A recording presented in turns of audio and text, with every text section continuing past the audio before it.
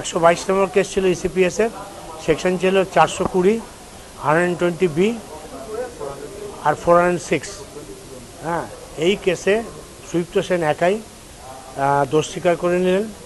দোষ স্বীকার করে নেওয়ার পরে মাননীয় ম্যাজিস্ট্রেট সাজা ঘোষণা করলেন। 3 বছরের টোটাল উনি দিলেন, জেল দিলেন।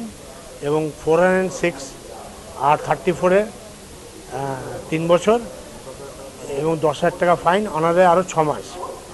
হ্যাঁ, এবং 120B-তে 3 বছর। এই প্রতিটি কনকারেন্ট চলবে, মানে টোটাল 3 বছরের জেল দিলেন। এবং যতদিন উনি ভেতরে আছেন এপ্রিল মাস বর্তমানে, সেটা এর থেকে বাদ যাবে। 3 বছরের যে জেলটা হলো তার মধ্যে থেকে যতদিন উনি ভেতরে আছেন, নিয়ার অ্যাবাউট 10 থেকে 11 মাস, সেটা ওনার বাদ যাবে।